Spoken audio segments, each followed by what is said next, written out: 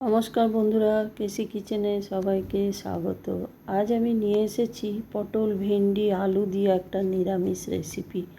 এটা কিনা ভাত, রুটি, পরোটা সব জিনিসের সঙ্গেই খেতে ভীষণভাবে ভালো লাগে। চলো দেখে নিই আমি কিভাবে বানাচ্ছি। দেখো, কিছুটা পটল নিয়ে ওইভাবে বড় বড় কেটেছি, ভেন্ডি লম্বা করে কেটেছি, আলু, তার সাথে একটা টমেটো। আর এইদিকে মশলা হিসেবে গোটা জিরে, কয়েকটা কাঁচা লঙ্কা আর আদা, এটা আমি পেস্ট করে ওইদিকে রেখে দিলাম। তারপরে এইদিকে একটা কড়াই চড়িয়ে তার মধ্যে সর্ষের তেল দিলাম। সর্ষের তেলের মধ্যে দেখো সমস্ত পটলগুলো খুব ভালো করে প্রথমে ভেজে নেব। একটু বেশ লাল লাল করে উল্টে পাল্টে পটলগুলো ভেজে নেব। তোমরা তো পটলের তরকারি নানা রকমভাবে বানিয়ে নানাভাবে খেয়েছো, কিন্তু একদিন এই ভেন্ডি দিয়ে এই পটলের তরকারি খেয়ে দেখো, খেতে অসম্ভব ভালো লাগে। আর এটা রুটি বলো, ভাত বলো, সব জিনিসের সঙ্গে খেতে ভীষণ সুন্দর লাগে। আর তারপরে দেখো পটলগুলো এইভাবে উল্টে পাল্টে ভাজতে ভাজতে লাল হয়ে গেছে। লাল হয়ে যাওয়ার পরে এটাকে আমি একটা প্লেটের মধ্যে উঠিয়ে নেব সমস্ত পটলগুলোকে।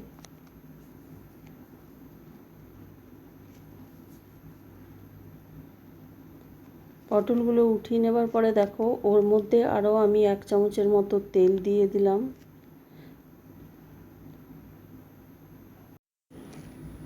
তেলের মধ্যে 1 চামচের মতো আমি 5 ফোড়ন দিয়ে দিলাম। 5 ফোড়ন দিয়ে দেওয়ার পর 2টো শুকনো লঙ্কা আমি এর মধ্যে দিয়ে দেবো। দিয়ে দেওয়ার পরে এটা তেলটা বেশ ভালো করে একটু নেড়ে চেড়ে নেব।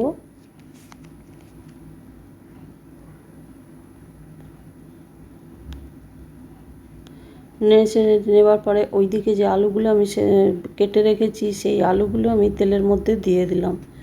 দিয়ে দেওয়ার পরে দেখো আলুটা বেশ খানিকক্ষণ ধরে এটা ভেজে নেব বা উল্টে পাল্টে নেব। তোমরা যদি চাও তো এটা সেদ্ধ করে আলুটা কেটে কেটেও দিতে পারো, তাতেও কিন্তু খুব ভালো লাগে খেতে। তারপরে দেখো আলুটা একটুখানি ভেজে নিলাম। ভেজে নেবার পরে একটা টমেটোকে ছোট করে কেটে রেখেছি, সেটাও আমি এই আলুর মধ্যে দিয়ে দেবো। দিয়ে বেশ খানিকক্ষণ একটু নেড়ে চেড়ে নেব। নেড়ে চেড়ে নেবার পরে ওইদিকে আমি কিছুটা ছোলার ডাল ভিজিয়ে রেখেছি, বড় চামচের 1 চামচের মতো। সেইটা আমি আলু আর টমেটোর মধ্যে দিয়ে দেবো। কেন কি আলু বা ছোলার ডাল একটু সেদ্ধ হতে সময় নেয়, সেই জন্য এই সবজিগুলো আমি প্রথমে দিলাম, তার সাথে ডালটাও দিলাম। তারপরে দেখো এর মধ্যে পরিমাণ মতো নুন আর হলুদ আমি দিয়ে দিলাম। কতটা আমার পটল আর ভেন্ডি আছে সেটা মাথায় রেখেই নুনটা দিয়েছি আমি। দিয়ে দেওয়ার পরে দেখো এদিকে আদা জিরের যে মশলাটা আমি করে রেখেছি সেই মশলাটা আমি এটার মধ্যে দিয়ে দিলাম। দিয়ে দেওয়ার পরে মিক্সির জারটা ধুয়ে একটুখানি জল দিয়ে দিলাম। জল দিয়ে দেওয়ার পরে দেখো ঢাকা দিয়ে লো ফ্লেম করে কিছুক্ষণ রেখে দেবো, তাহলে ছোলার ডাল আর আলুটা অনেকটা সেদ্ধ হয়ে যাবে। তারপর দেখো ঢাকা দিয়ে রেখে দেওয়ার পরে ঢাকা খুলে দেখাচ্ছি জলটা আমার শুকিয়ে গেছে। এবার আমি একটা তেজপাতাকে 2 টুকরো করে দিয়ে দিলাম। দিয়ে দেওয়ার পরে দেখো এরপরে আমি পটল আর ভেন্ডিগুলো দিয়ে দেবো মশলাটার মধ্যে বা আলুটার মধ্যে। দিয়ে দেওয়ার পরে এটাকে বেশ খানিকক্ষণ ধরে মোটামুটি 2-3 মিনিট ধরে এটাকে লো ফ্লেম করে কষিয়ে নেব। তাহলে পটল আর ভেন্ডির মধ্যে মশলাটা সম্পূর্ণরূপে মাখানো যাবে আর ভেন্ডি বা পটল দুটোই ভাজা হয়ে যাবে আরও ভালো করে।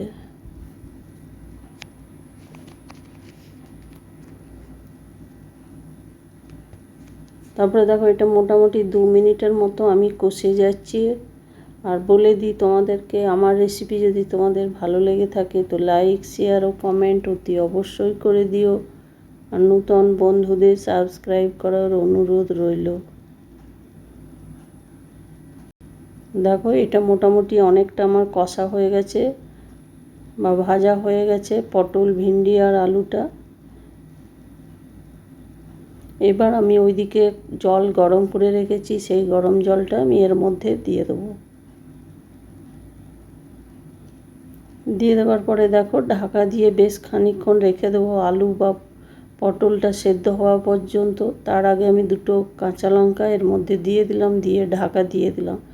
তারপরে এটা একটা ভাজা মশলা করে নিচ্ছি। 1 চামচের মতো 5 ফোড়ন আর 1/2 চামচ কালো সর্ষে, সেটা আমি খুব ভালো করে একটা প্যান চড়িয়ে গরম করে রোস্ট করে নেব। তারপরে সেটাকে ঠান্ডা করে ওইদিকে গুঁড়ো করে নেব। এই ধরনের ভাজা মশলা দিয়ে যে পটল ভেন্ডির তরকারি এত টেস্ট হয়, না বানিয়ে খেলে তোমরা বুঝতে পারবে না।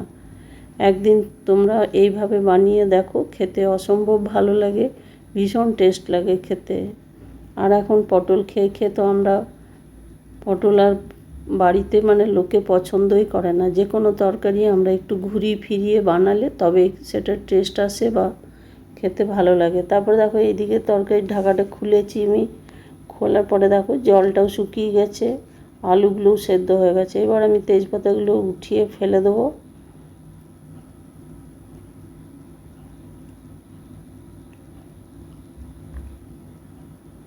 তারপরে ওইদিকে যে ভাজা মশলাটা গুঁড়ো করে রেখেছি সেটা আমি ওপর থেকে ছড়িয়ে দেবো। ছড়িয়ে দেওয়ার পরে আরও বেশ ভালো করে এটাকে আমি মাখিয়ে নেব পুরো ভাজা মশলাটা তরকারিটার মধ্যে। আর আলুটা একটু ঘাটা ঘাটা করে দেবো, তাহলে তরকারিটা বেশ মাখো মাখো হবে আর খেতেও ভীষণভাবে ভালো লাগবে। তারপর দেখো গ্যাসটা আমি বন্ধ করে দিলাম, বন্ধ করে আমি ঢাকা দিয়ে স্ট্যান্ডিং টাইমে কিছুক্ষণ রেখে দিলাম। তারপরে দেখো ঢাকা খুলে আমি দেখাচ্ছি কত সুন্দর তরকারিটা হয়েছে আর ভীষণ টেস্টিও হয়েছিল। সেই জন্য আমি তোমাদের সাথে এটা আমি শেয়ার করলাম। তোমরাও একদিন বানিয়ে খেয়ে দেখো, তারপরে আমাকে কমেন্ট করে জানিও কেমন হলো তরকারিটা। তোমরা সকলে ভালো থেকো, সুস্থ থেকো। ফিরে আসছি পরের রেসিপি নিয়ে। ধন্যবাদ।